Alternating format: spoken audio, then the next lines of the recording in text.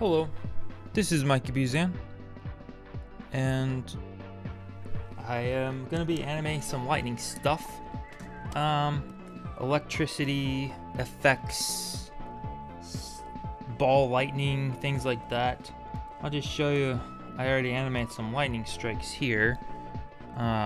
This is like a lightning transition where the lightning comes down and then the whole screen fills up with an image and then you can cut to a new scene. So I'm just kind of working on some elemental transitions. Then I got this one.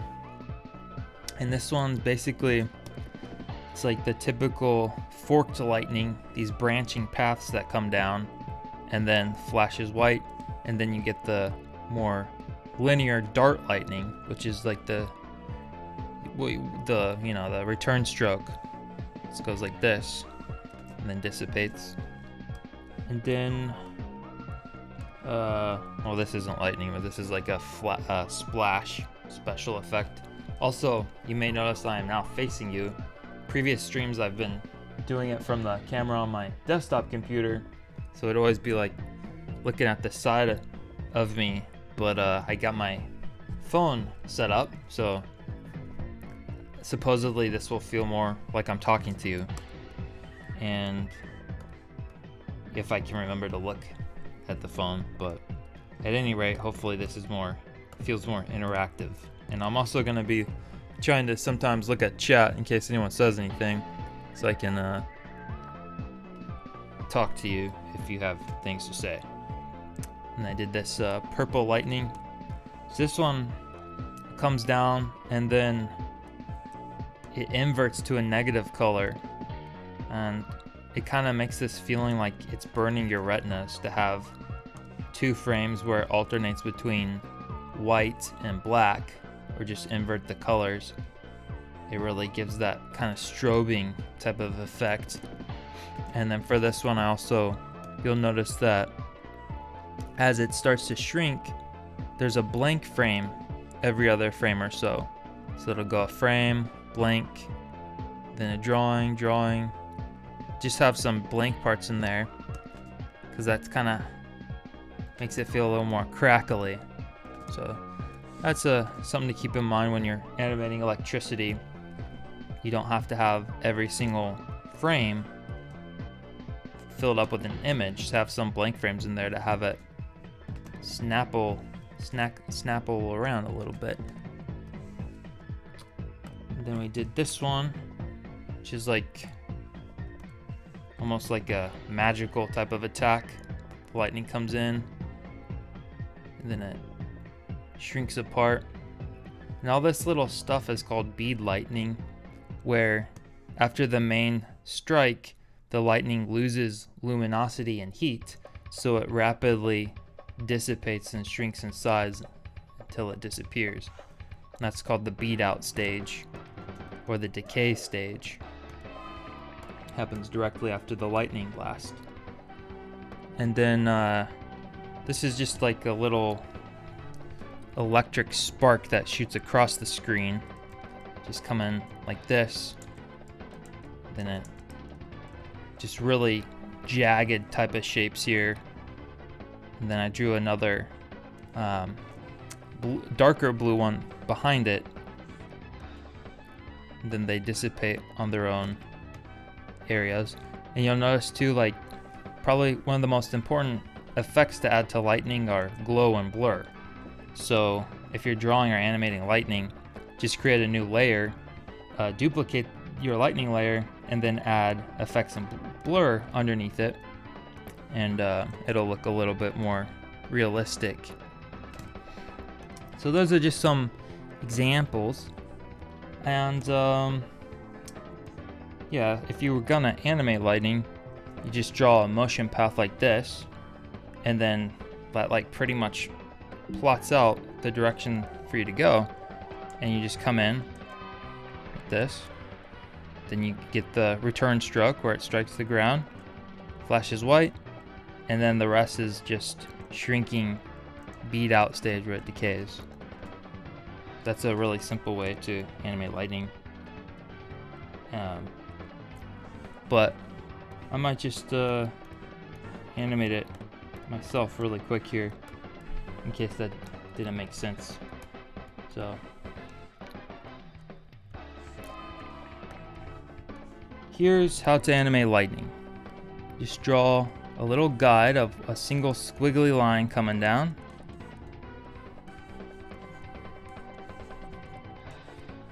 This is just to act as a guide.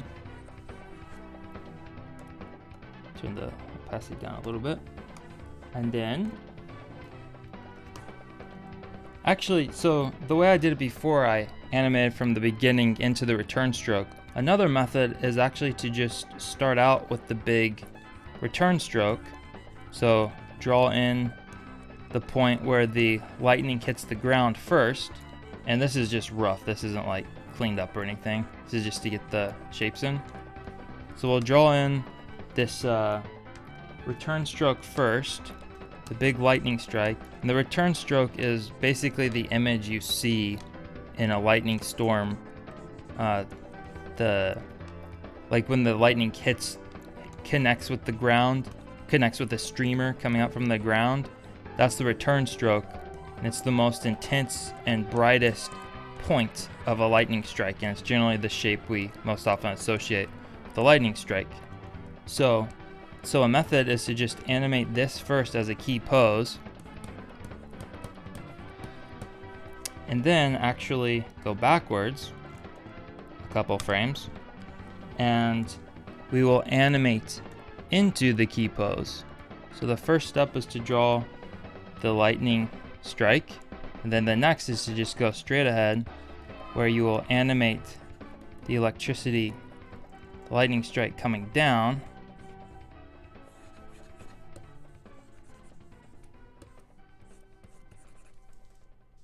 Let's see, might just need 2 drawings here. Well, let me turn the frame rate down a little bit.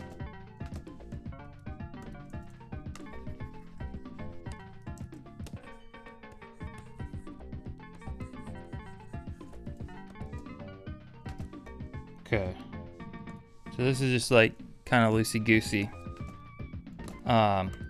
So I'm actually gonna have this being a little more vertical as it comes down. Oh.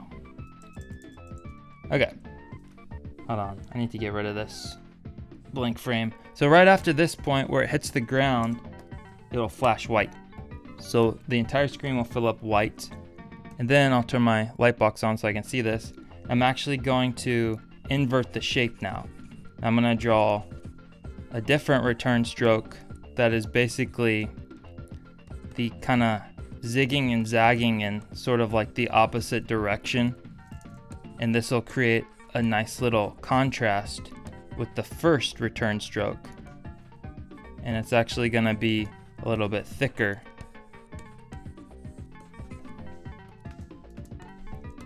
And then from here, I'm going to start to decay it out, and it'll just start getting skinnier. Again, this is like super rough just to illustrate the point. And from here, this is the beat out stage, and you'll notice that the corners are thicker. So the parts wherever the lightning turns has thicker corners and thinner bodies. So the corners will last longer on screen as things dissipate.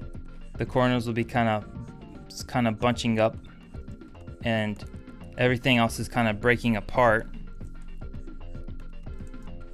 And we're just gonna have this more and more pieces breaking apart and shrinking on the bead out stage. And we'll just see how this looks really quick right now. Let me get rid of this key pose. I think that's kind of distracting. Delete that part. So that's just like a super duper simple way to do it. And I'm actually gonna just go ahead and show that other point I was making about having stuff as it's dissipating, having it crackle with blank frames. So I'm just gonna add exposures on these final few drawings. So now these are on 2s, but that's way too slow.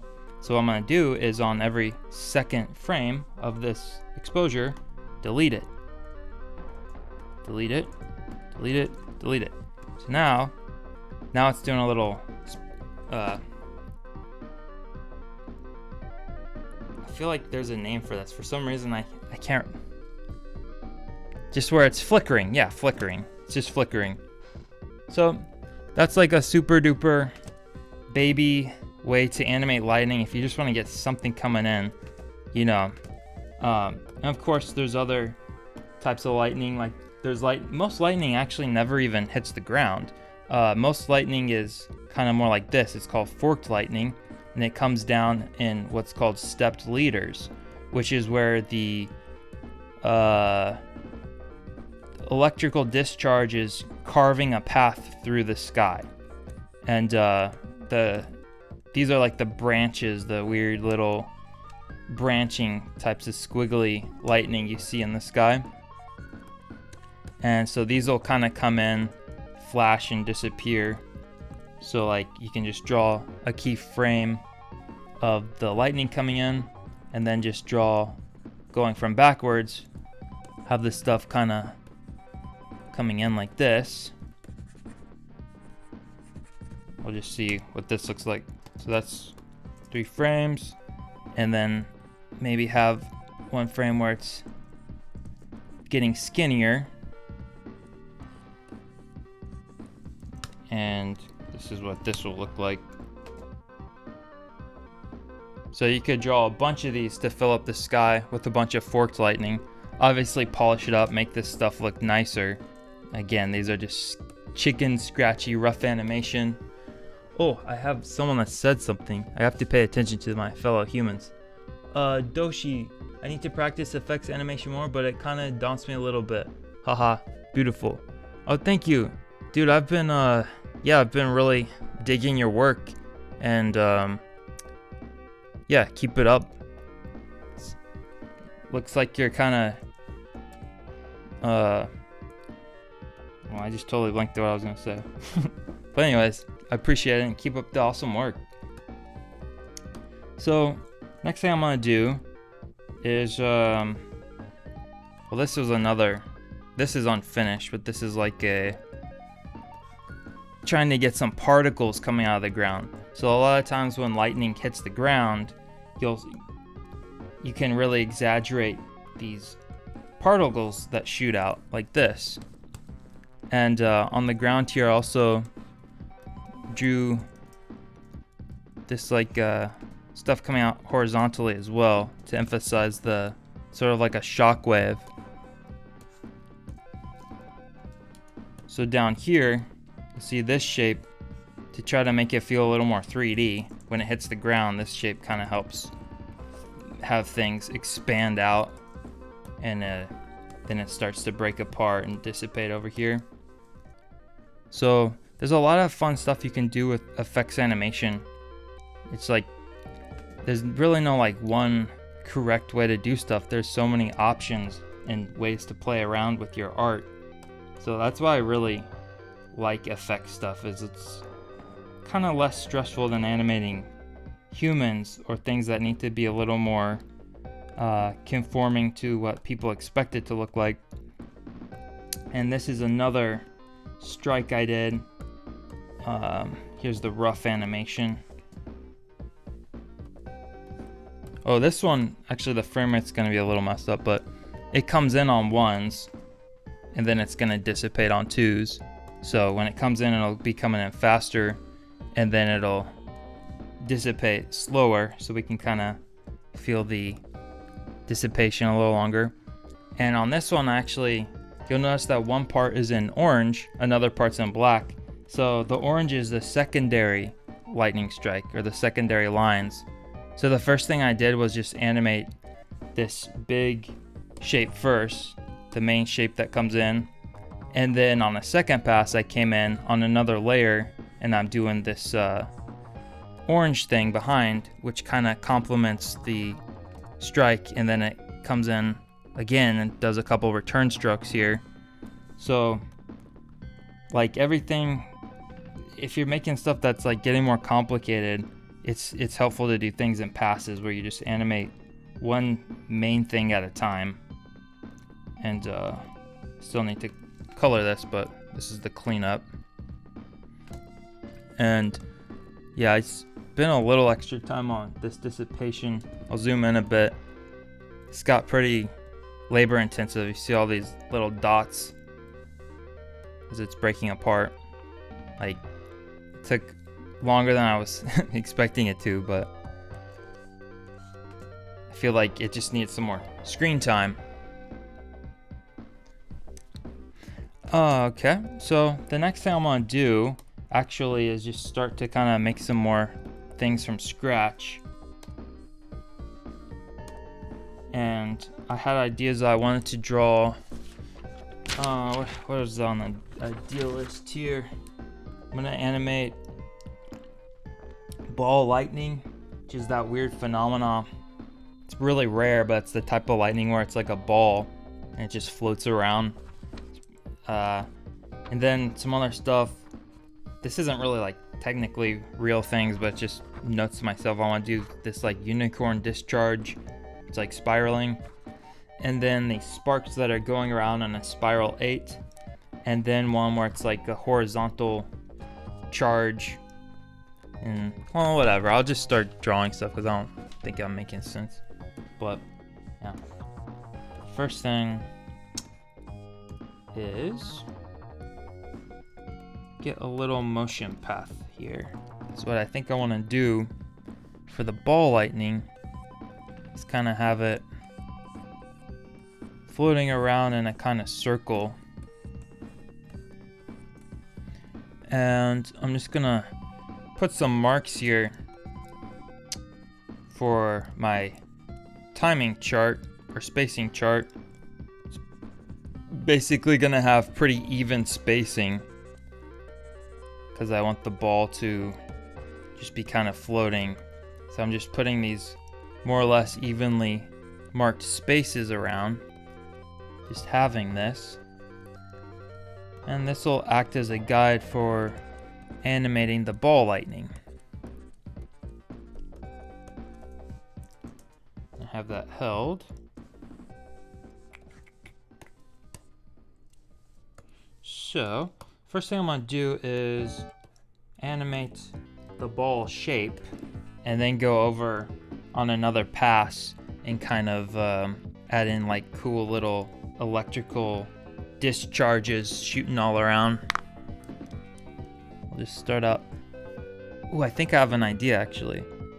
I'm just gonna animate this first half first and then flip it. Yeah, this will make sense.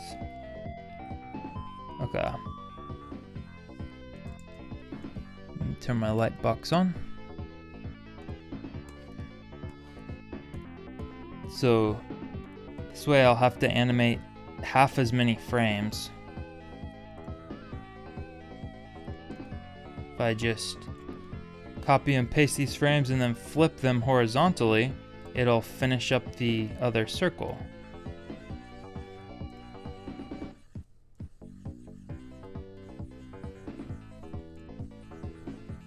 Just see how this is looking really quick. So I'll probably add in betweens to slow all this down, of course.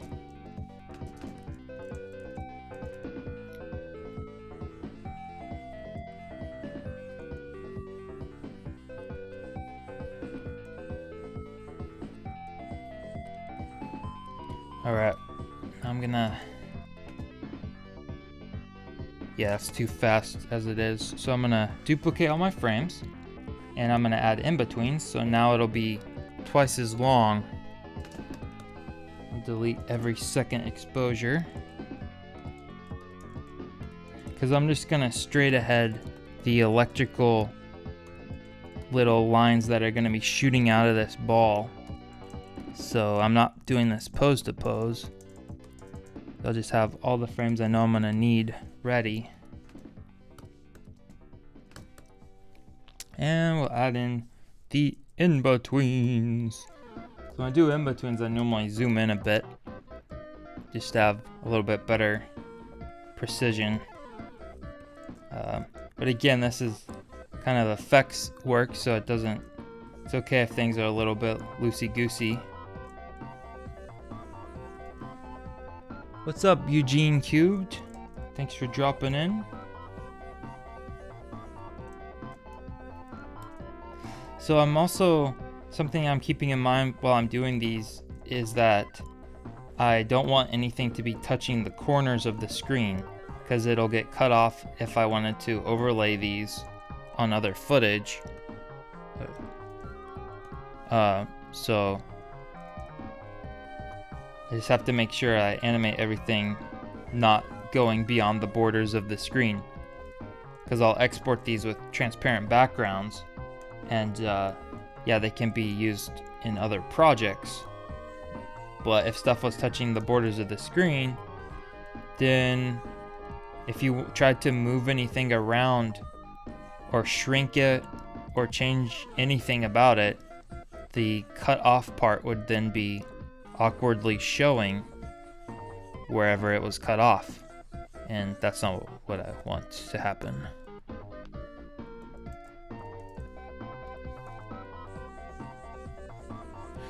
And I'm also making these for Loop Pack, so I'm also making these. They're going to be part of a bigger animation tutorial that's going to be all about animating lightning.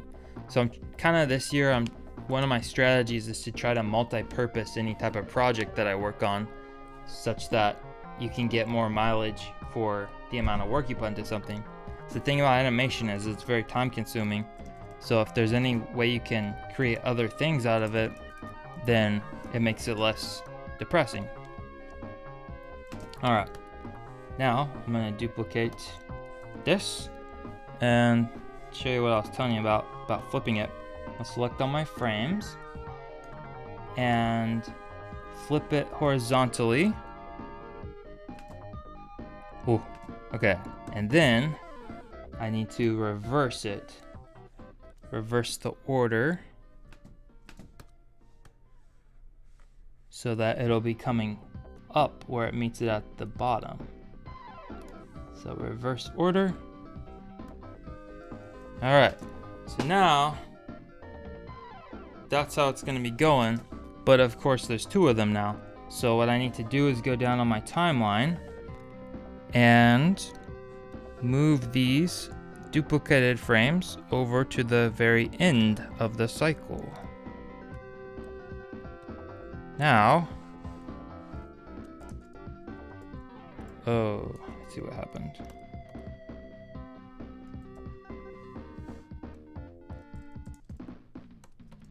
Why are there two of them there? Oh, I need to move this one over one. Okay.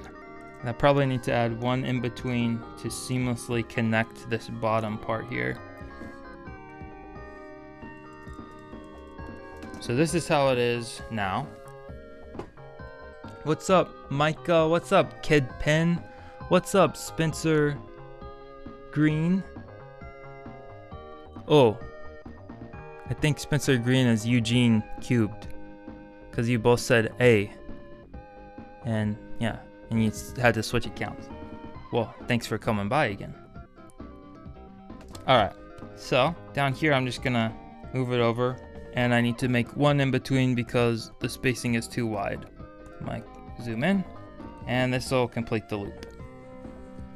So now this should be looping seamlessly. Get rid of my guide. Ooh, boy. Oh, I see what's happening. Okay, so it's still, I need to delete the final frame because that's repeating there.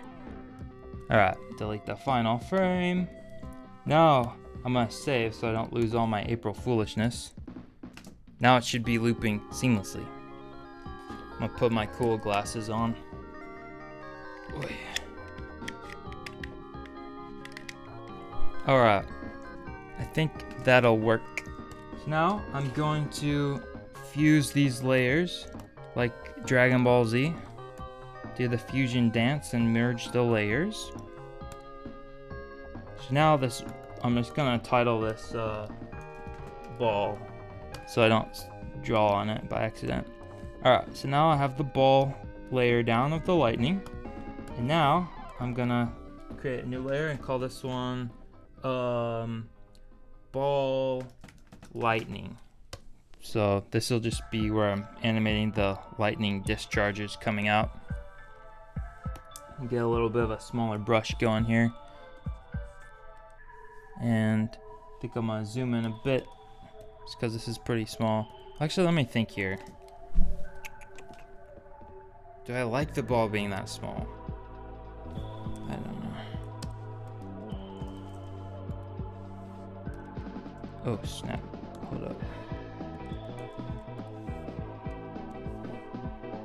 Actually I do, because I want the strikes to be coming out real violent and crazy. Alright, that's perfect, that's perfect. Dig it. Okay. Whew. Take my hoodie off.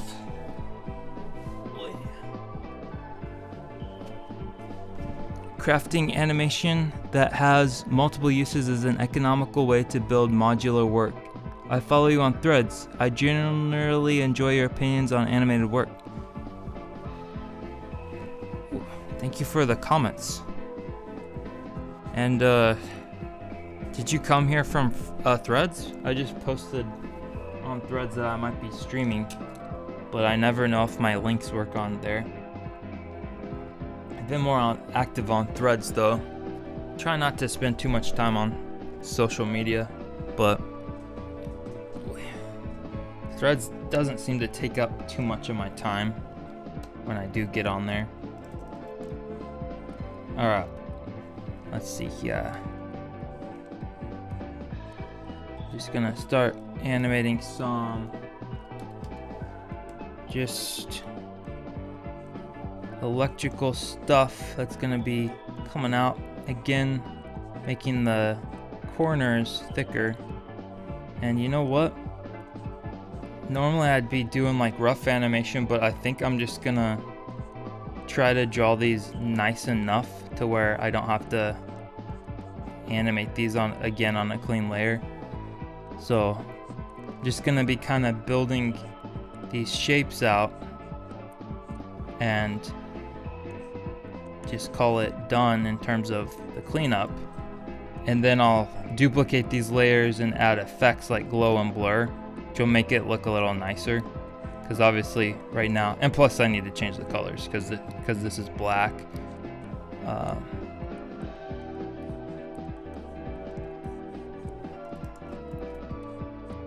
But yeah, like electricity has a lot of zigs and zags, woobles and wobbles, squiggles and jiggles. It's never perfectly straight.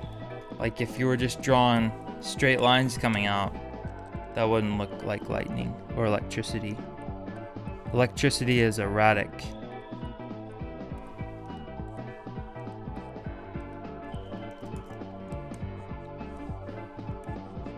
So we have these corners that do sharp turns. I might turn my might need to turn my sensitivity on my brush down a little bit. Oh, need a little less sensitivity. So I want these lines to be a little more tapered, and I want to be able to do thinner lines if I need to.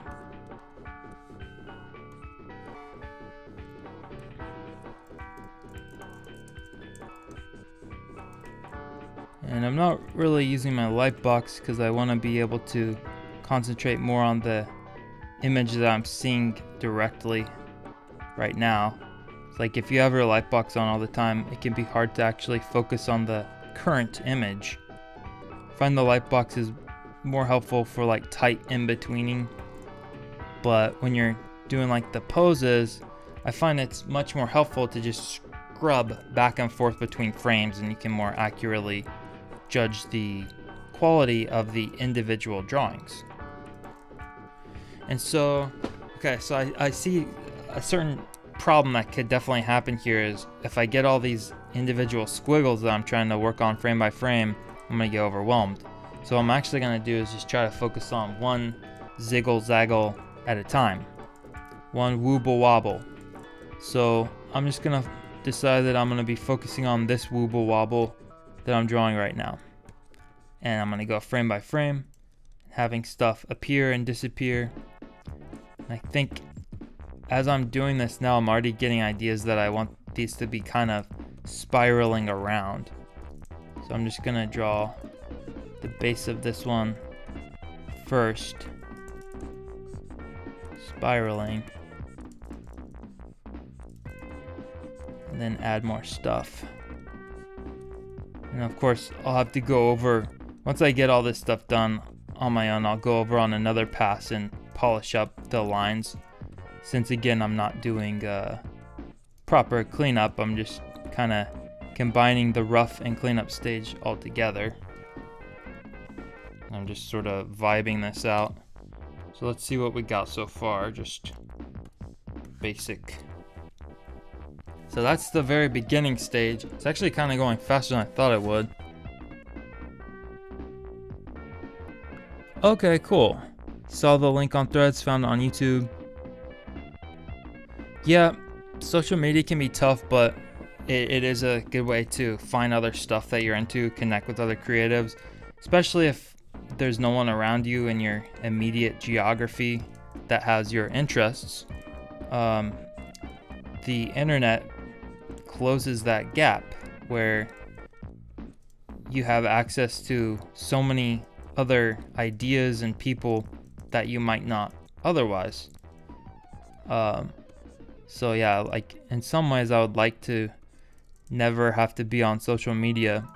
At the same time, I have seen a lot of stuff that has truly enriched my life and artistically inspired me and learned a lot. There's a lot of good education. Like YouTube, for instance, you can, like, I just learned how to freaking set up my camera on YouTube. Or like how to file my 1099 to someone. It's like, you know, you don't have to meet someone in person, go to their office or something. It's so, yeah. But at the same time, it can be a big time sink because these applications, of course, are designed to be as addictive as humanly possible, hijack our dopamine systems, and make us keep doom scrolling. Just have to be aware of it, I guess.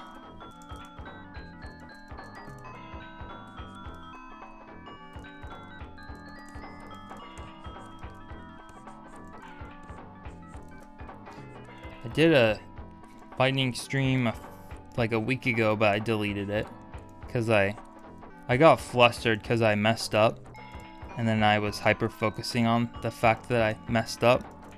But I'm feeling a lot better right now because I went into this before starting just thinking that it doesn't need to be perfect, and I've learned a lot from things where maybe the person that was showing what they're doing notices all the mistakes, but I still learned or got some kind of idea out of it to apply to my own stuff. So that's really all I'm trying to do. Is I'm not even necessarily trying to tell anyone how to do something or anything like that. It's more just, here's how I'm doing it. You might get some ideas, and that's about it. And I'm also, I'm making things that are gonna be that I'm gonna use on projects. So it's not like I'm just doing this for a stream. It's more that I'm doing stuff that I would be doing anyways, and I decided might as well stream the process in case anyone finds it interesting. It's also fun to have a fossil record of your work, because just like if you're thinking something, if you don't document it, then it's almost like it didn't happen. Of course, the animation would still be here even if I didn't stream it, but for instance, what I'm saying right now, I might just be thinking this privately in my own head, and those thoughts would just disappear like forgotten dreams. But the fact that I'm speaking these thoughts out into reality and other people are hearing it and it's changing their consciousness, it's going into someone else's brain, quite literally altering consciousness. It's a very weird and magical thing, this language thing that we do. I always think about talking once I start talking, and I do this every time where I get on this tangent, and it's like I don't notice until I start saying it. So I'll be talking about this forever if I don't catch myself. I've been animating since I was 19, so I'm 35, so however long that's been. But I've been drawing forever. Well, I mean, most people have been drawing forever, but I got really obsessed with making flip books when I was about 19, and I remember like the main thing that inspired me to make my first flip book was seeing other animators online who were making their own animations to their music. In particular, this musician animator called Chad Van Galen. I saw his animation and it was all like kind of flip booky type stuff, and I thought that I could do something like that, because before then I kind of only thought like big studios, you'd have to work for Disney or Toei Animation to do it, but seeing that other people were kind of like one-man studios made me feel like I wanted to give it a try. And so I drew like a 4-minute flip book for my own song called The Promise, and basically from there I just became obsessed with animating ever since. And I did a few more years of doing like flip book animations, and then I finally went digital. And ironically, the first digital program I worked on was called Flipbook. It was not a very good program. The software was not good, but that was my first experience with it, working digital. I just worked on like a little bamboo tablet, and then eventually I got the Cintiq and started animating in TVPaint. And right now I'm kind of learning Blender, but it's a little tricky. But I can animate basic stuff in grease pencil, but the brushes definitely need some work.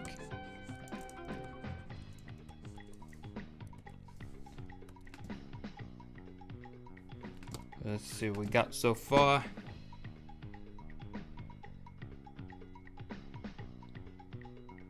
Looks kind of cool, I guess. Kind of makes me think of like Spider-Man's web shooting out a little bit.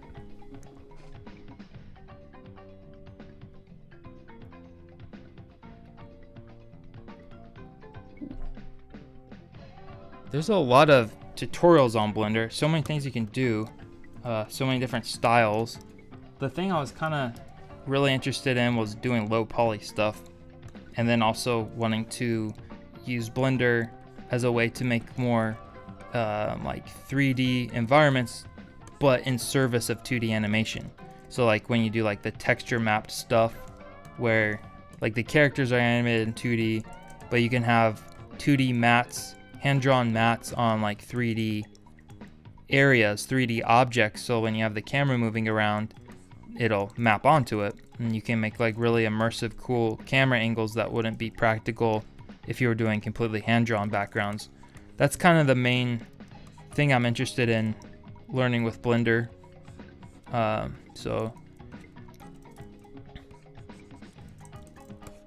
But I also am interested in Toon Boom, but it's kind of expensive.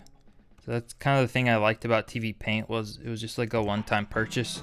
You don't have to do all the subscription things.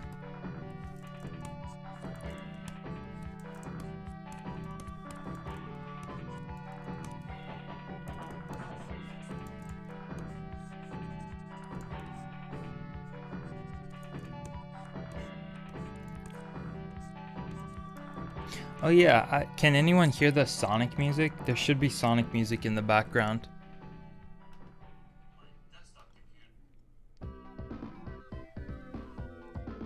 What's up, Cooped My Pants? Nice username.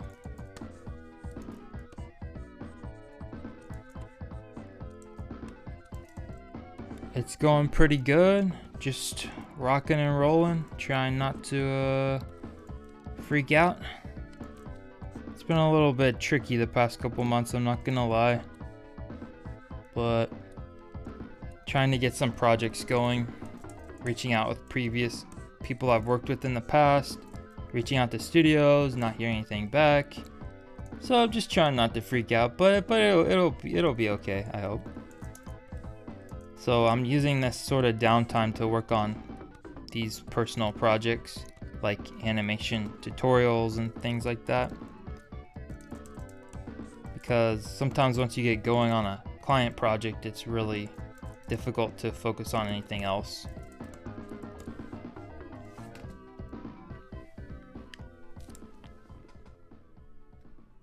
Okay, cool. You can hear the music.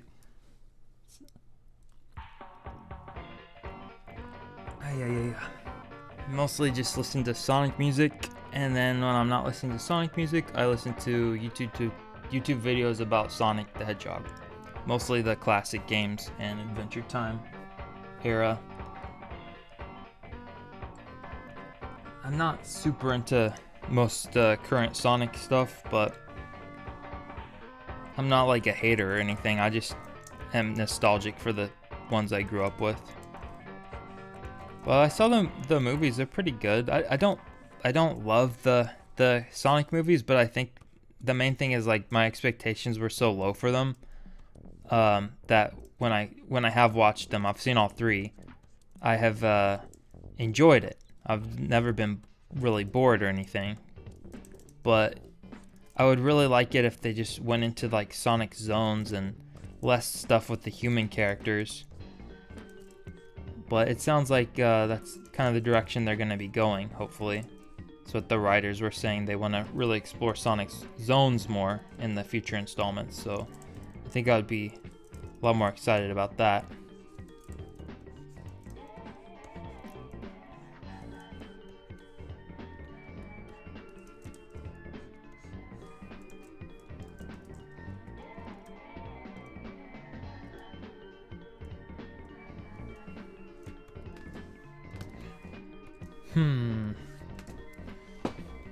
Oh man, it's looking pretty cool, I guess, but this is gonna be pretty tedious, so I'm gonna bookmark this and I'm gonna do this kind of more on my own, since you kind of get the gist of what's happening. I mean, you get the idea. Balls going around, it's gonna be shooting out electrical stuff. You get the idea, but stay tuned to see the finished thing of this. I just posted an effects reel on my channel if you want to see more cleaned up effect stuff. The next thing I'm going to animate is another idea, which was... What was my ideas? Yeah. Okay, I did the ball lightning, and then... Oh, okay. Well, I guess this one will be like horizontally type of thing. And I'm going to get my guidelines on here. Okay. And get the little guideline. And then come over here, and I'm just gonna make a little guideline here. Alright, so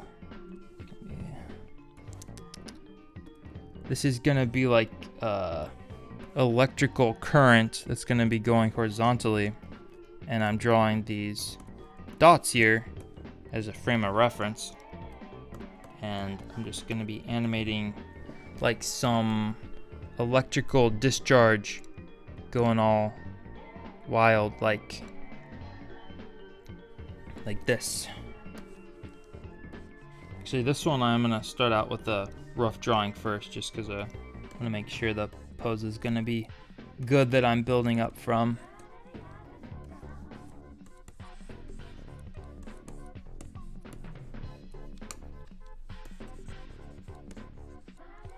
So this one I imagine is kind of just like swirling around.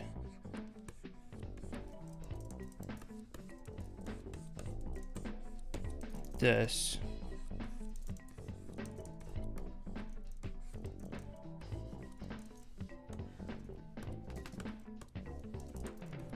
Kind of inverting shapes here.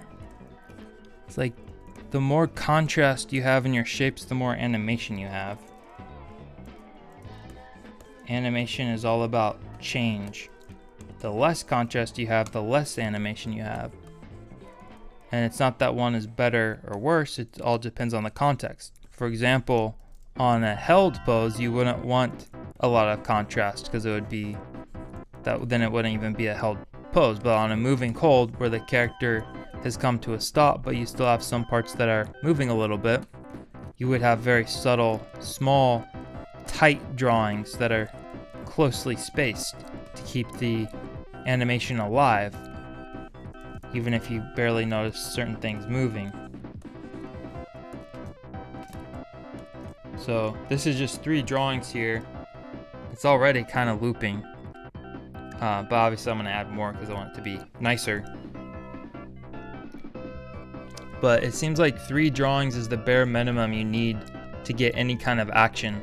Like an eye blink, for instance, you have an open eye, then you have it halfway, and then the closed position.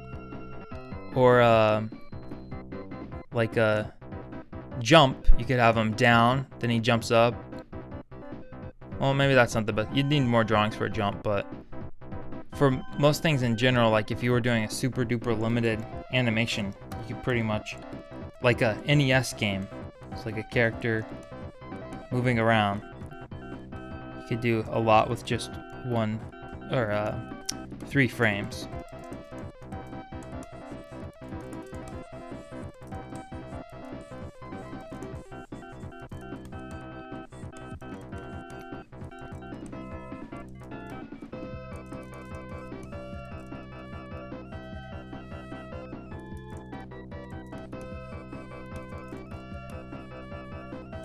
So this is rough. These are not the clean drawings, obviously.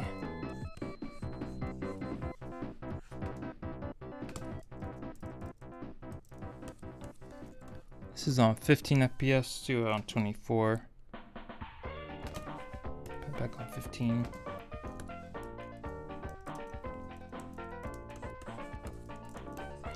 Okay, I think I'm getting close. I'm gonna copy and paste my first frame to the end so I can try to loop this better.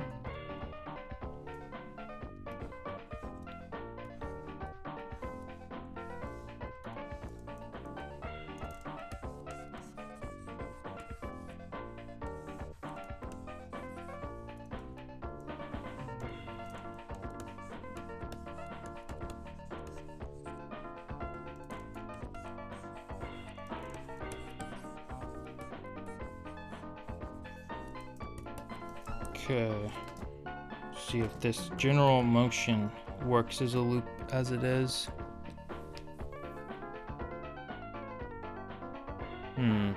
The right side's kind of doing a whipping thing. Might be a little too distracting as it is, unless I added more parts that would connect to it,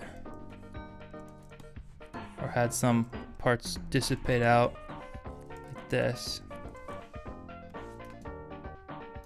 This could work.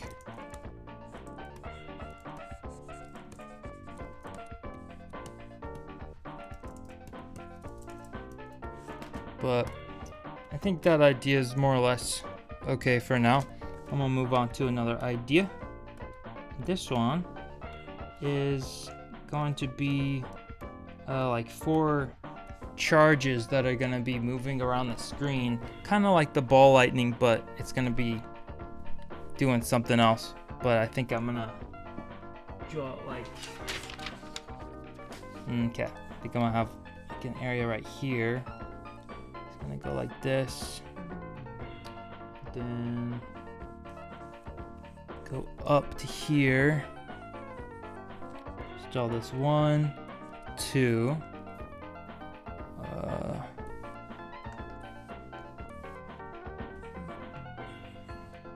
3. On my note, I think I had 4 over here. Let's see here.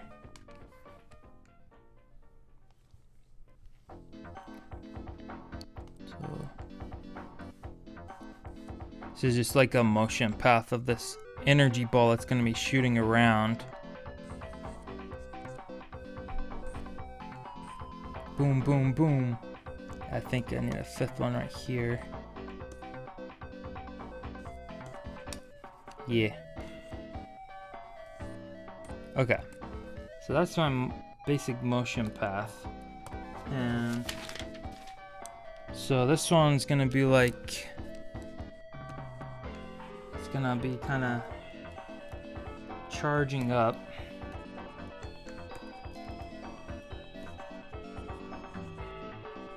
Here.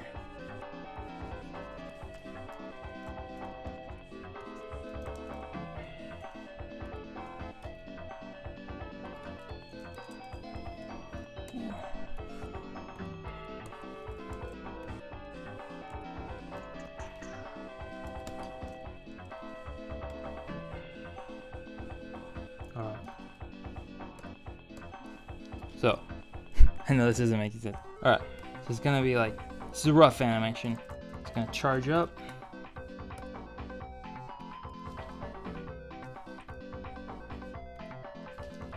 Charge up, getting bigger and bigger. Then it's gonna kind of slow down, and it's gonna then shoot out really fast.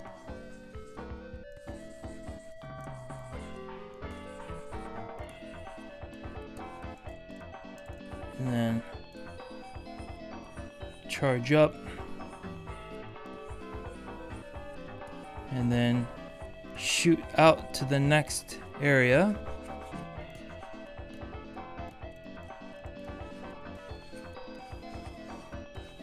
Just drawing this in to get the path, the motion in, blocking this out. So I'm gonna turn off this motion path just to see how it looks so far. So that's like the general movement. So it shoots out, gets small, gets big, shoots out. And then of course I need to connect it back to the beginning.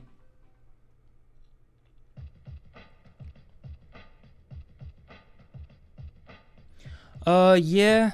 So the thing about rigging is the pros and cons. Yeah, like obviously it's really time consuming to do stuff hand frame by frame, because you have to draw the thing over and over, whereas with rigging you make a model once. It's like a puppet that you can move around. But I'm kind of interested in the hybrid approach of like doing rigged models on things like vehicles or things like that, more mechanical type stuff. I mean, you can get stuff that looks really fluid and nice with rigged like characters and everything, but it definitely has like the puppet style feel to it. Whereas for most things I've been working on, I've been more interested in having like complete control over every single frame, but of course it is a lot of work. But that being said, so is creating models that work and animate well. Basically all of animation is a lot of work. There's not really, there are shortcuts depending on what you're trying to do, but it's all hard.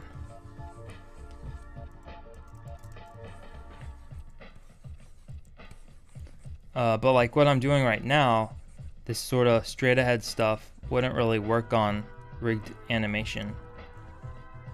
Like more abstract, straight ahead type stuff. I feel like this would be really hard to rig a thing like this with electricity and everything. I need to get my first frame. And this motion of this loop is pretty much almost done. The planned out motion, not the animation, obviously.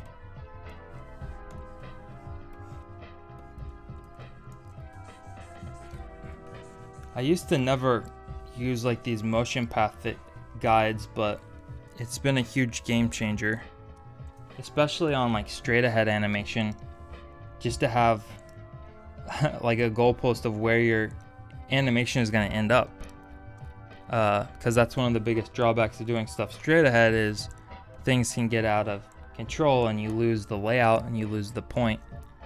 Whereas like pose to pose, everything is really methodically planned, but it's hard to do like really fluid type stuff pose to pose. So usually you animate things in passes where you draw the main parts of the body pose to pose, then go over on another pass and add the hair or the clothing or any of the loose bits of the character that would be being pulled by the primary force of the action you do all that after you have the main poses in.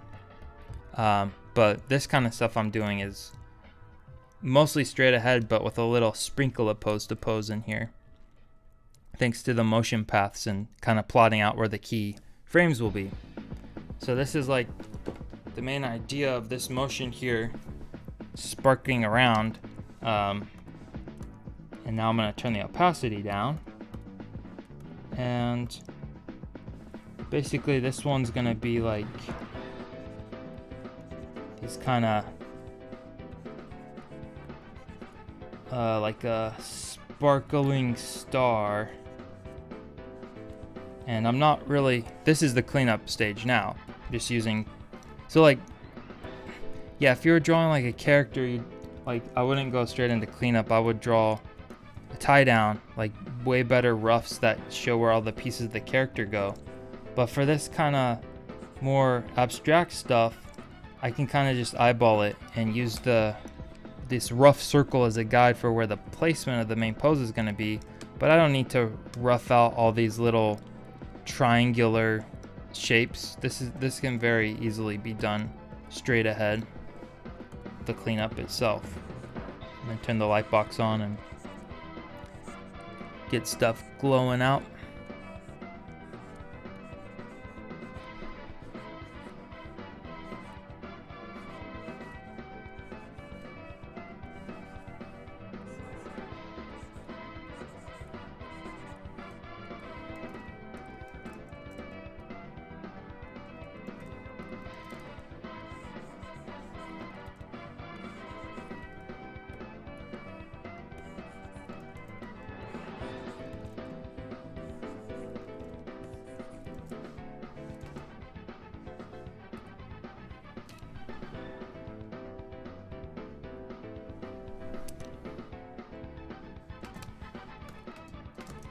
Okay, so it's going to be building up energy, then it's going to stretch on its way out.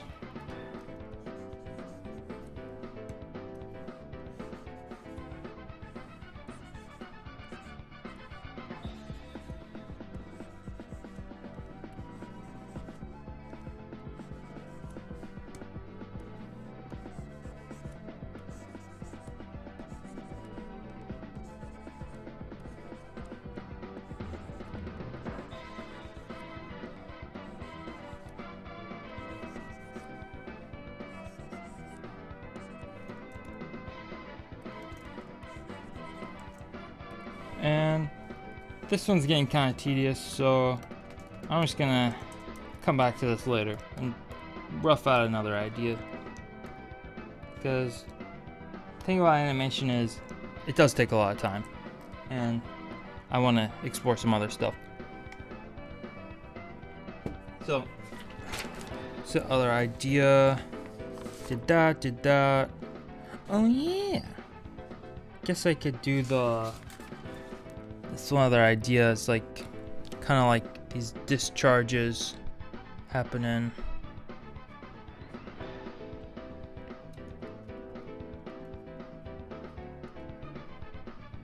Doobie doobie doobie doo. Okay. So this one is like, just put a little guide here. So I had this idea of things kind of spiraling around. These forked lightning branches are gonna be like this. So something to keep in mind is when you're drawing like forked lightning, just start out with one squiggle first, and then add the little branching paths. Because if you try to add all the branches right away, you might lose focus of the main shape.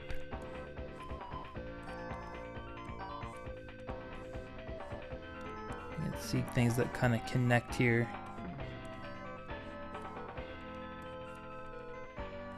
Just kind of play around with stuff you think might look cool.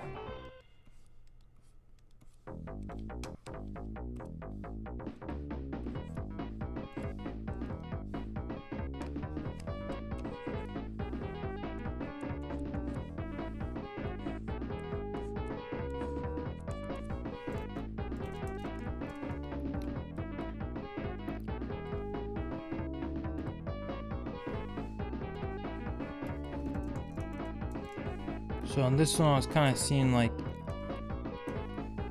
lightning coming out one area and then it starts to shoot out the other side, going around kind of like in a circle. So I'll just draw these points here so I don't forget what I'm thinking about. It's going to be spiraling around like this. And these little points are the base or the root of where the lightning is going to be shooting out. I feel like as long as I have this base moving pretty good, everything else will be kind of taken care of.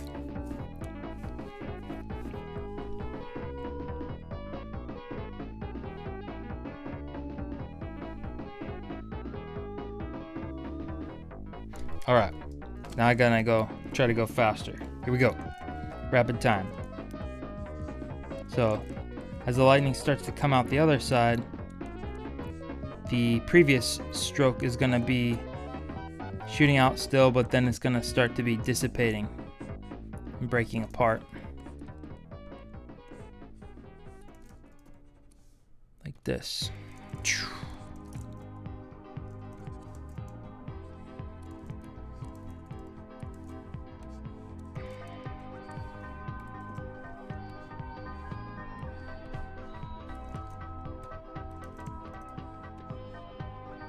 Something else you notice in lightning is sometimes you have these hooks or these little loops inside. It can look kind of cool.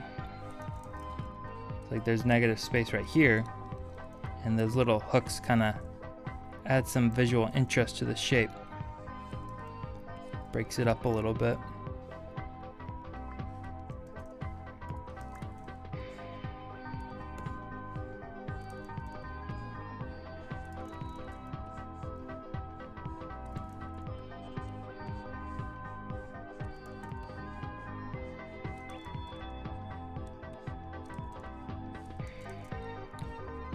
And with this forked lightning as it's coming out, I'm keeping some lines still more or less aligned with the previous line on my light box, but then some parts will kind of deviate away and branch out. So like it's not all perfectly lined up.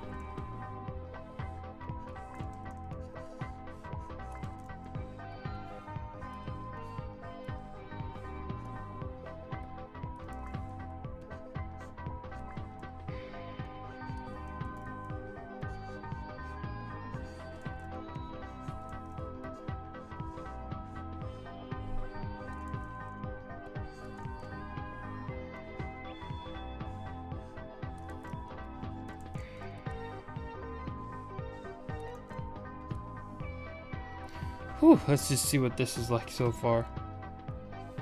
Hopefully by now you can, let me save my silliness. So hopefully by now you could see kind of the idea that I have here. Hopefully it makes more sense, is that, actually I'll even get rid of this guide so it makes more sense even. I'm just seeing like lightning kind of going around, shooting out in this circular oval shape. I need to add more frames on all these, of course. Then maybe the middle could be like a cloud. I might draw a cloud that this is all coming out of, and then this could be overlaid on projects, put over other backgrounds, and you could use the camera pan tool to keyframe stuff, move it around, so the cloud could be moving around, shooting out lightning. Or maybe it could be a UFO in the middle, shooting out lightning, or an eyeball. I don't know. Maybe a cloud. Maybe I'll just keep it with the cloud. And I don't know, because I think it needs to be shooting out something, some oval shape here. Maybe I'll just draw a cloud here so I don't forget about that idea, since I already used this as a guide. some kind of cloudy shape.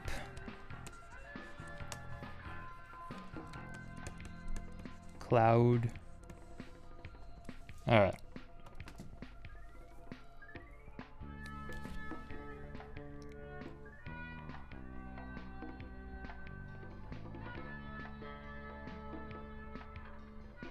Was up, Samuel Perker? Yes, I will probably leave the VOD online. I deleted the last one, but it's because I was being a little April Fool, messing everything up. But unless I say something super stupid in the next whatever, then I'll probably leave this up. And I'm working on full Lightning tutorial ebook that is also going to be a 16-minute video that I'll be posting on YouTube as soon as I finish it. It's going to be an in-depth tutorial on animating lightning, the different types of lightning like ball lightning and volcanic lightning. Well, that's a pretty minor section actually. I don't know why I went straight to there. The main thing is going to be how to draw lightning efficiently, and also how to animate lightning very simply, and also how to stylize your lightning drawings in animation. And it's going to be slightly educational. I'm going to be talking about science a little bit, probably mispronouncing a bunch of words, but because I am in fact an idiot. But hopefully it'll be enlightening and it'll inspire someone to make some lightning stuff.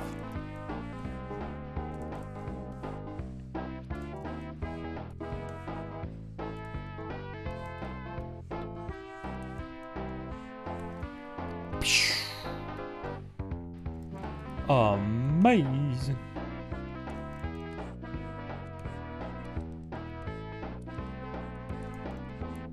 Yep, obviously gonna change the colors of all this stuff, add effects and whatnot. This is just to get the shapes in.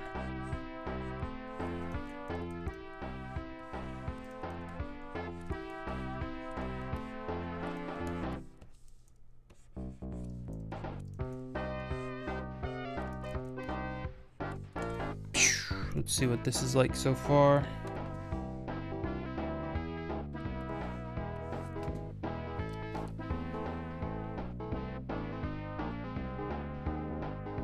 Was watching that something. Hello, Luna Lovely Blossom. Yeah, lightning is a good first type of tutorial. Because, well, it doesn't have, like, a body.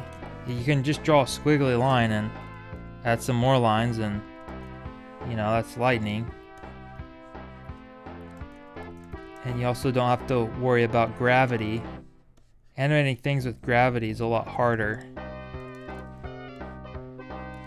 than animating things that happen in the sky.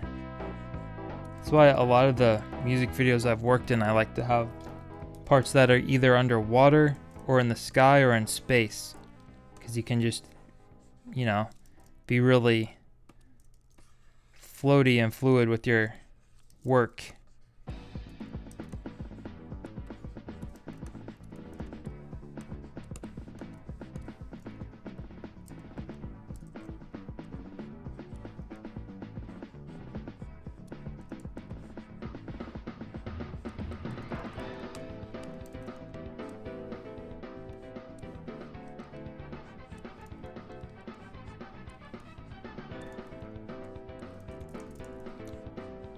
Animation is, there's just endless amounts of things to learn, but the principles will help you animate pretty much anything. So like, even though there's an endless amount of visual information that exists in the world, if you break things down into their simpler principles of motion, then you can kind of figure out how to animate anything, more or less. or at least how to simplify things in such a way that you can animate it. Because obviously everything that exists in reality is a billion times more complex than how we depict it in art. But that's part of the thing about making art, is you get to use your own mind and your own editor's eye to decide what the audience is going to see. You choose what to omit, what to include.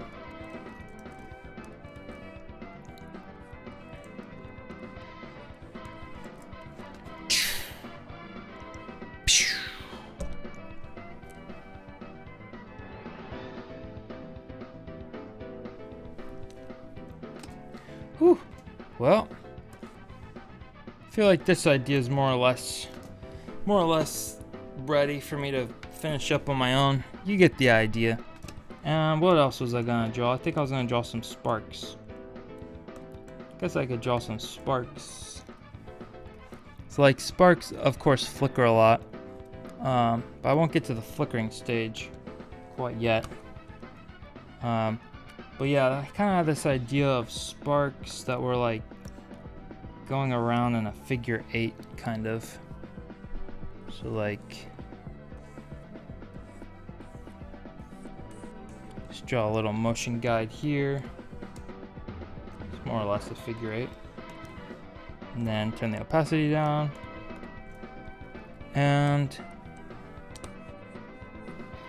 just kind of, so I guess I'll start it from the middle, have it going around this way, clockwise, I guess. But I was just sort of seeing these like kind of flamey sparks that would be going around in a seamless loop.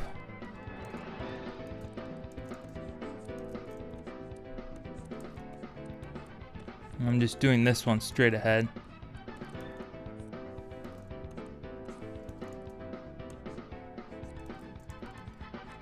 The sparks, of course, will be inverting their shapes a lot and flipping to the opposite directions. Maybe hold the same direction for a little bit and then flip out the other direction.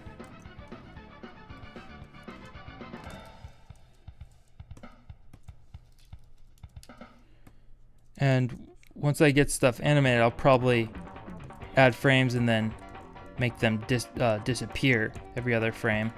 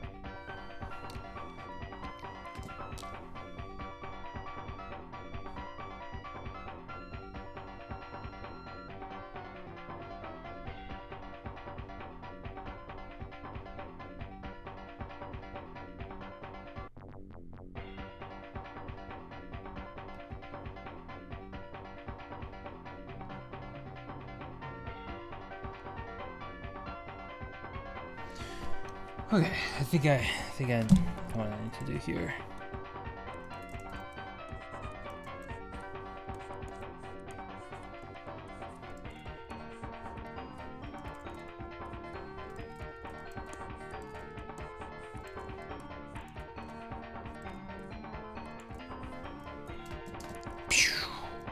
I think I'm gonna have some stuff that coils around, like right here. This corner is gonna then coil, kind of make it feel a little more sparky.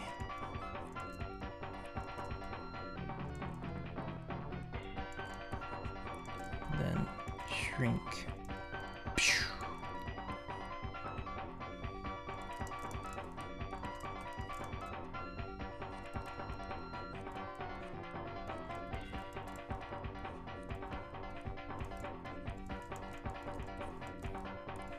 Okay.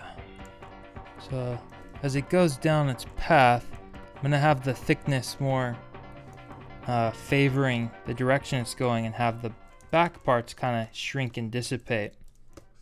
I think that'll help sell that it's moving in a specific direction a little more. And of course it can go backwards sometimes because sparks are erratic, so it might go back before it goes forward, go to the left before it goes to the right. That also can kind of help anticipate the movement in the other direction.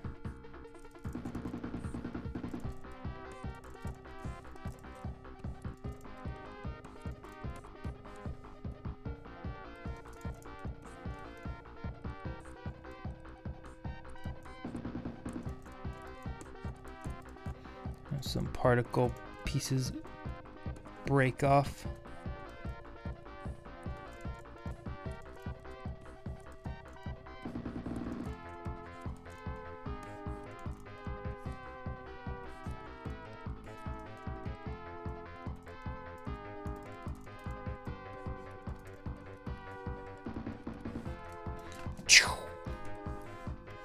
Let's see here. Alright, that's looking not too bad. Of course, I'm already seeing things I need to kind of tweak and polish up, but again, I'm just trying to get the main motion in. So let's see without the motion path, so we can tell where it's moving. Kind of also reminds me of Venom, like Venom's symbiote, goopy body.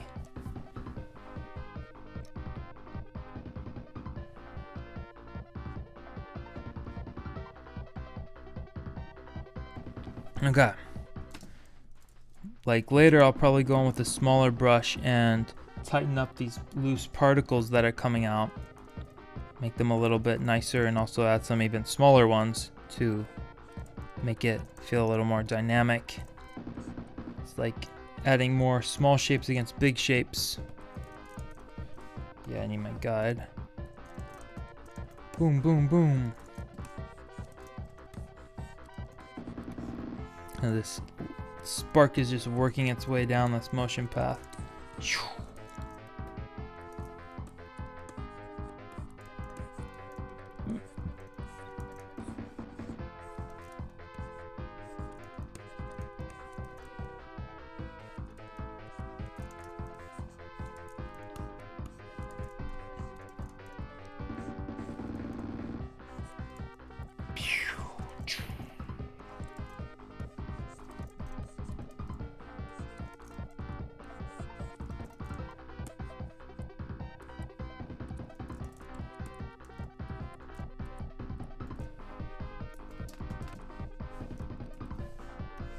Whew.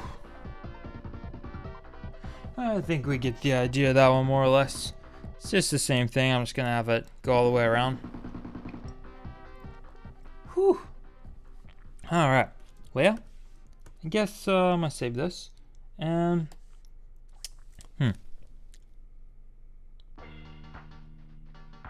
and I guess the final something I'll kind of mess around with here is cel shading this other lightning. So I need to color this other one over here, this pink one.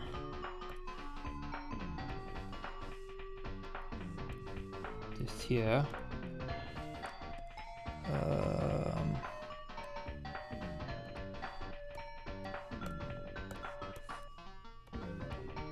So yeah, so like this is the basic blocked in color, but then on this layer is the cel shading.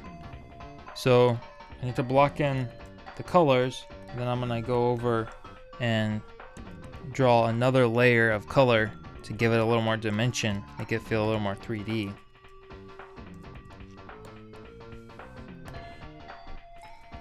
So I'm just gonna block it in here. No, coloring can be pretty tedious. The trick I found with TVPaint is, oh shit, did I draw that? Oh flip, I drew the red on the actual drawing here. Did not mean to do that earlier. When I was giving an example, I accidentally drew the red. Hang on a second. That is April Foolish. Hold up. Hold up. Let me make sure if I have another file. More lightning loops. Okay. I'm gonna delete. I'm gonna close this. Technical difficulties. Hold on here. Okay. I think we're good. I think we're good. Anyways, coloring. At least in TVPaint, the trick I found to color fast is to make a layer for your color, and then use the fill tool to fill in the entire screen, and then down here, stretch it out, and then select all the frames, and then click the fill tool again, and then push the enter button or the return button if you're on the Mac, and then it just copies that thing you just did. So it just created all new frames down here, and then you find a place on the screen that your line work isn't touching at all, right? So like up here in the corner, there's no line work touching up here.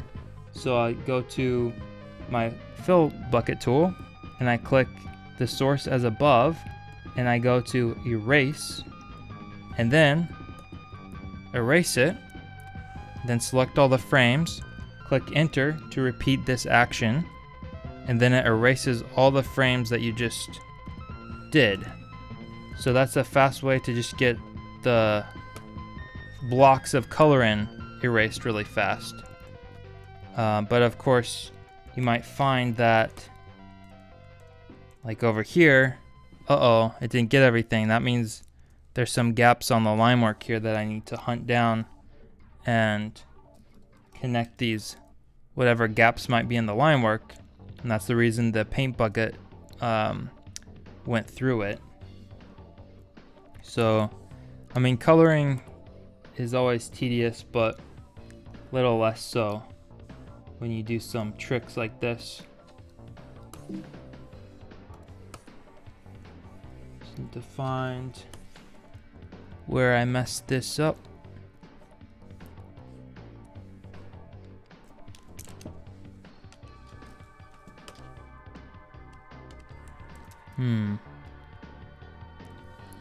It's a little tricky in it. Might also just kind of polish up some corners here. Oh, there it is. So I see where it was messing up. Okay. Did it miss anywhere else? I think that was the only frame I messed up on. But I'm just gonna duplicate this line art layer.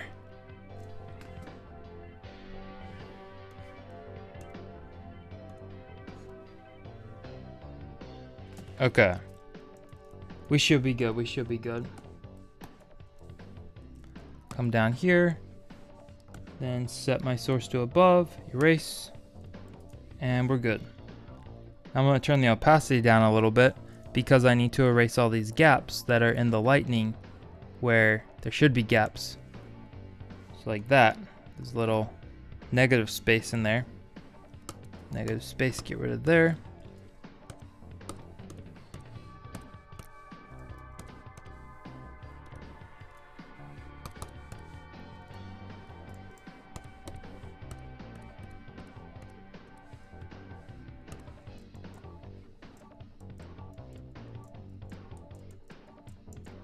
Alright, turn this back up.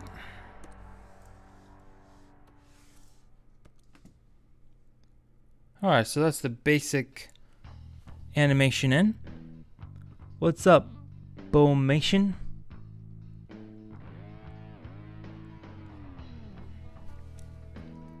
Alright, I'm actually still missing some details here, but I'm not going to worry about that right now. I'm just going to lock my color layer so I don't draw on it. And then I'm going to go to my cel shaded layer, and I need to select the color. So I'm going to turn this back to color. And oh, it was just white. I have it on add at 73%. Alright. So from here, I'm just gonna start filling in, drawing in the cel shade layer.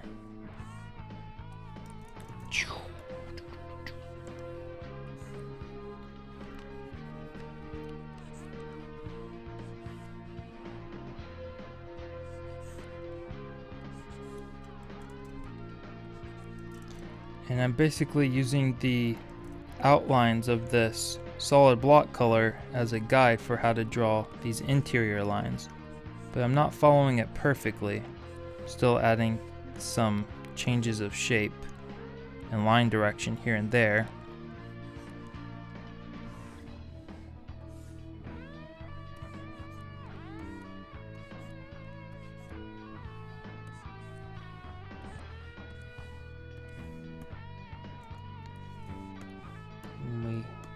Block this in, it'll look like that.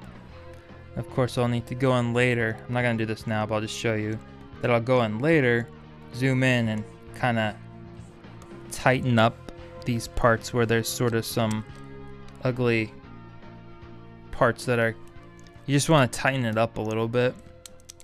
But I'm not gonna do this right now. I'm just gonna do this right now and then not do it.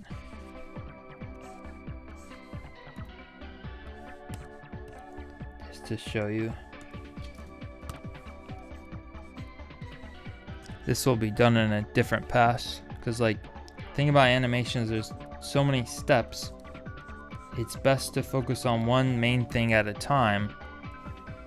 You'll be much faster that way and also be less likely to get overwhelmed, and also keep your train of thought going to where you can keep things consistent frame to frame. So if you're trying to, if I was to do this frame, for instance, completely as it is, it would like draw the rough, then draw the cleanup, then draw the color, then draw the cel shading, then move on to the next frame. That's a very inefficient pipeline.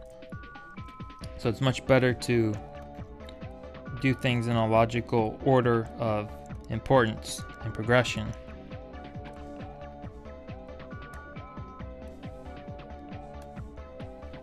I mean, that's why animation pipelines exist in studios and everything.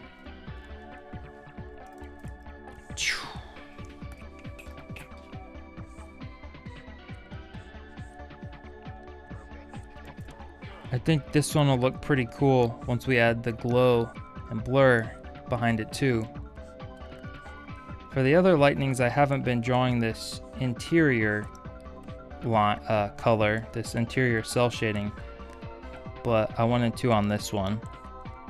I have been just drawing them as white and then changing the color of the blur and the glow to give it its color, but this one I decided to animate as pink and then draw a lighter color inside.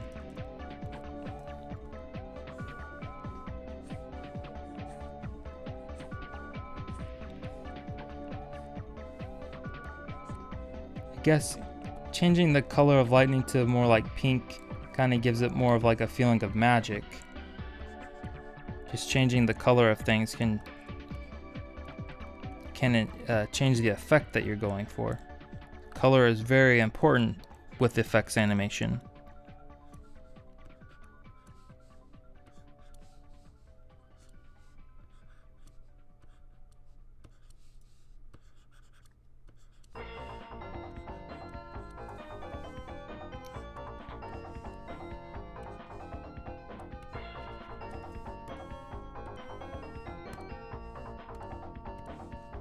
Boom.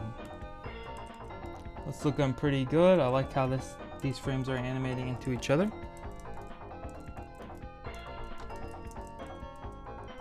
Let's go back to the start here.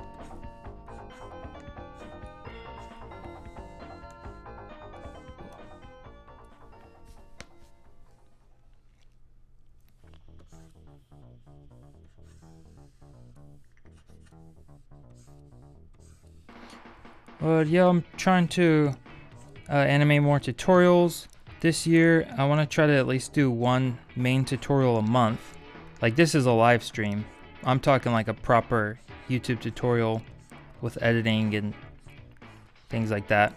I want to try to do one proper tutorial a month, and then also turn it into an ebook PDF that'll have additional animation formulas and tips and research in the ebook that will also include PNG sequences of the animation examples that you can drop into your own projects.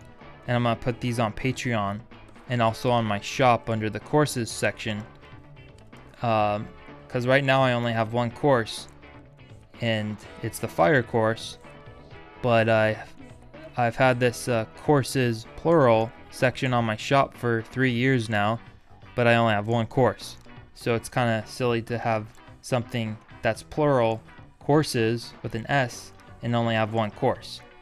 So it's taken me forever to make a beginner's 2D animation course, so I decided I'll just start putting some really more condensed specific mini courses that are contained in ebooks that also have a YouTube video and PNG sequences of animated examples.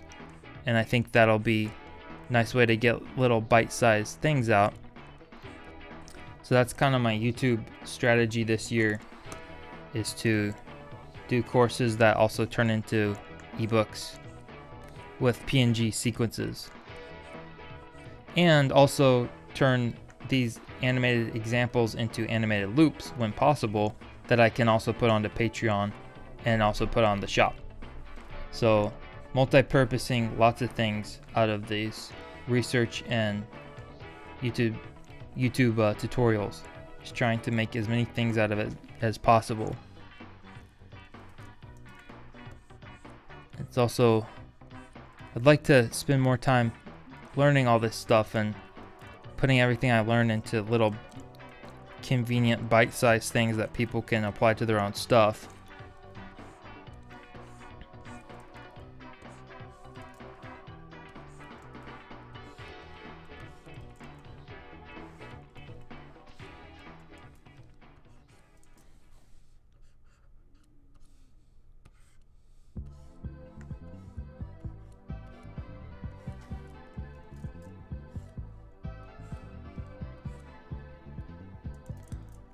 What's up, Angie K? Thank you for zippity zapping along. I hope you like these squiggles and wiggles and zaps and zoops and loops and woobles and wobbles. I always appreciate you stopping by. You always someone that stops by on my streams. I appreciate that.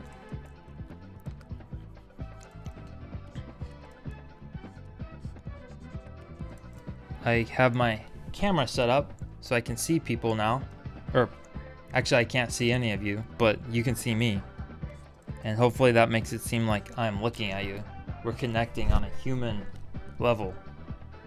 We are the same species.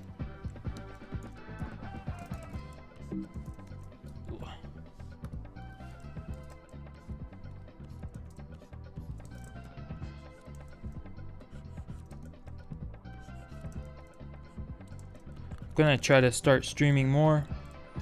It's like streaming different parts of my process.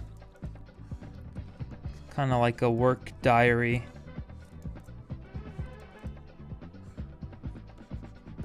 Lately I've been also kind of animating animals.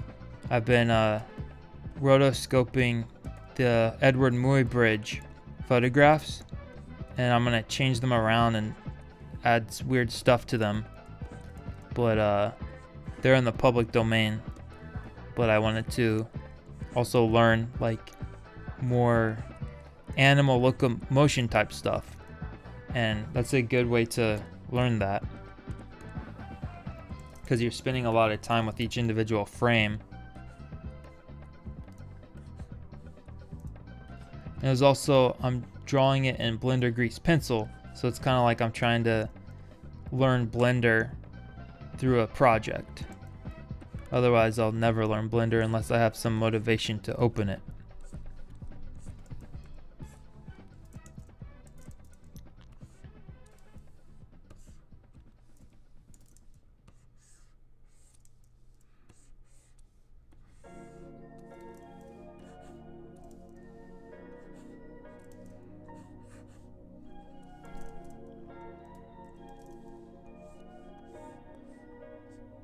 Oh boy.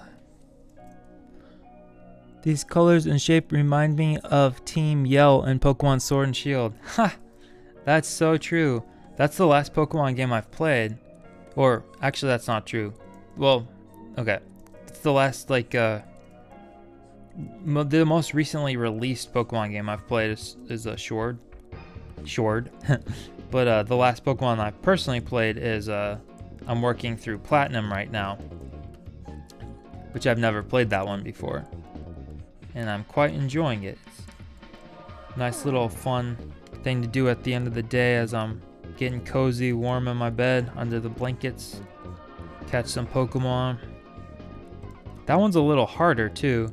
I mean, no Pokemon game is like super difficult by RPG standards, but I do appreciate that Pokemon Platinum seems to be a little more challenging.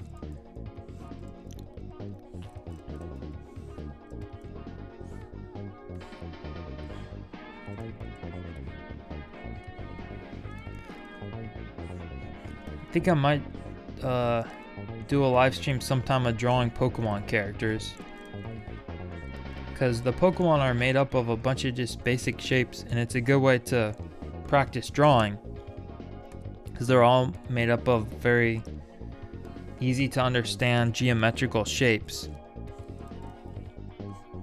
It might be kind of fun to try to make up some Pokemon too, or make up different evolutions of Pokemon.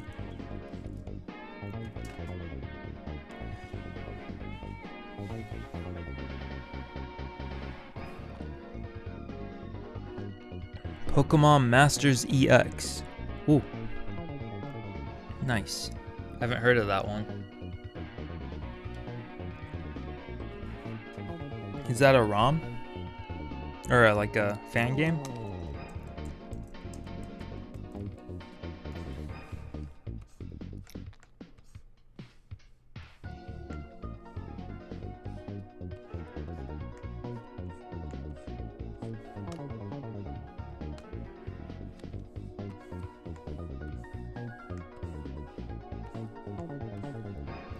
I'm keeping these interior shapes a little more straight, like with less variations, less changes in direction, keeping it a little more simple.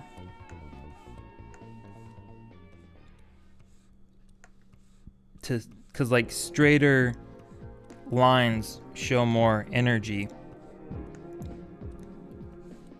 like more intensity.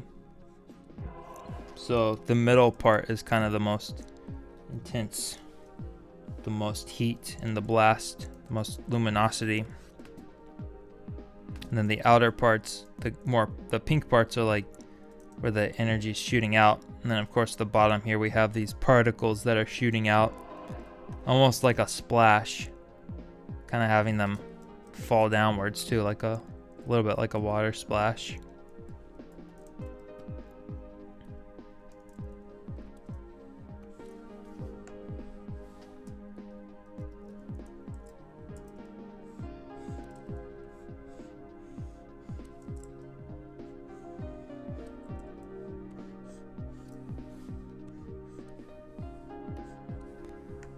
Yep, if you're drawing lightning, if your drawing is looking a little drawing challenged, just add more zigs and zags.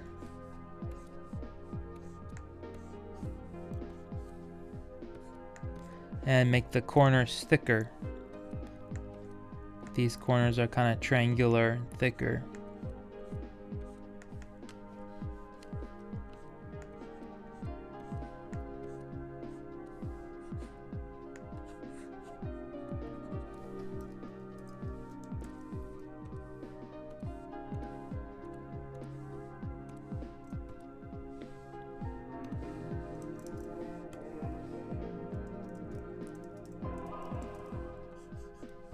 Favorite color to make lightning? I mean, probably like purplish. Purple is just kind of my favorite color. It's just kind of the best color. But I'm quite liking this more pinkish magenta.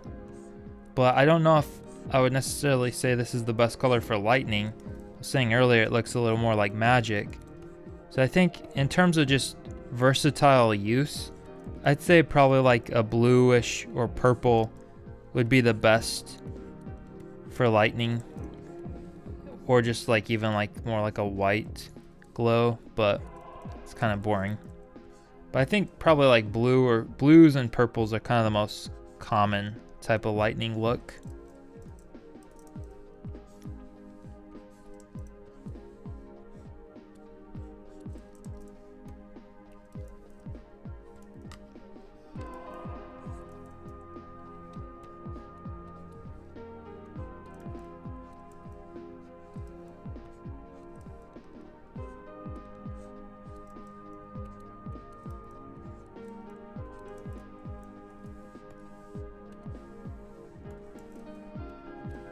I always used to love lightning storms when I was a kid. Kind of helped me fall asleep. But now I mostly just worry about all of my equipment getting fried in a lightning storm. I mean, I unplug everything, but still, when you get older, it's like you worry more about everything breaking.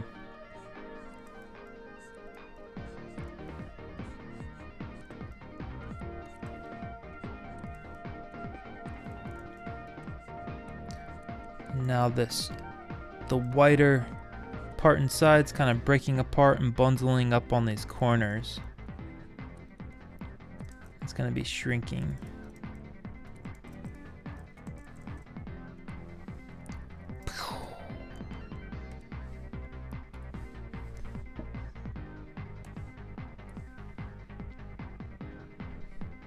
Oh yeah, yellow is common too. That's a good point. Yellow and blue are, yellow and blue are the most common for sure. Yellow's probably more common, I don't know, but kind of just depends on your scene too,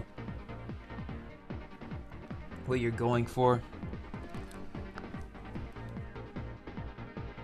I think this is looking pretty cool. So I omitted doing a flash on this one. If you pay attention, there's no big bright white flash.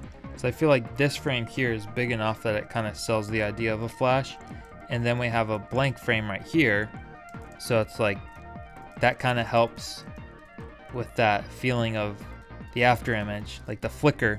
I only have one blank frame, but I feel like this works as is. But if I wanted it to be more blinding, of course, you could fill the entire screen up with white on the contact position or just after. But I didn't feel like doing it on this particular one.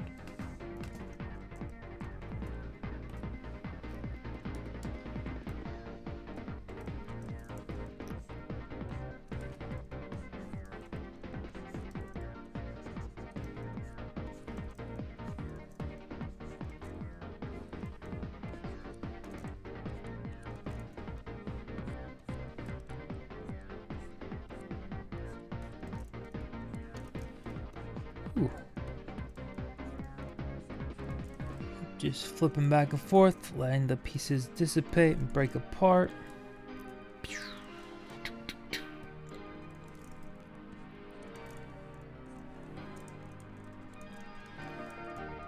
Whew. Yeah, I think I'm pretty much done with this one. I still need to do some work down here where it hits the ground, but I'll deal with that later. I think we get the main idea. It's that flash. Well, I guess that's about all I feel like doing right now. But yeah, you can sign up to the email list if you want to be notified of courses. Everything's in the description box and pinned comment. And I'll be posting a lightning tutorial soon on YouTube. And you can also check out the other stuff on the channel. I really appreciate it.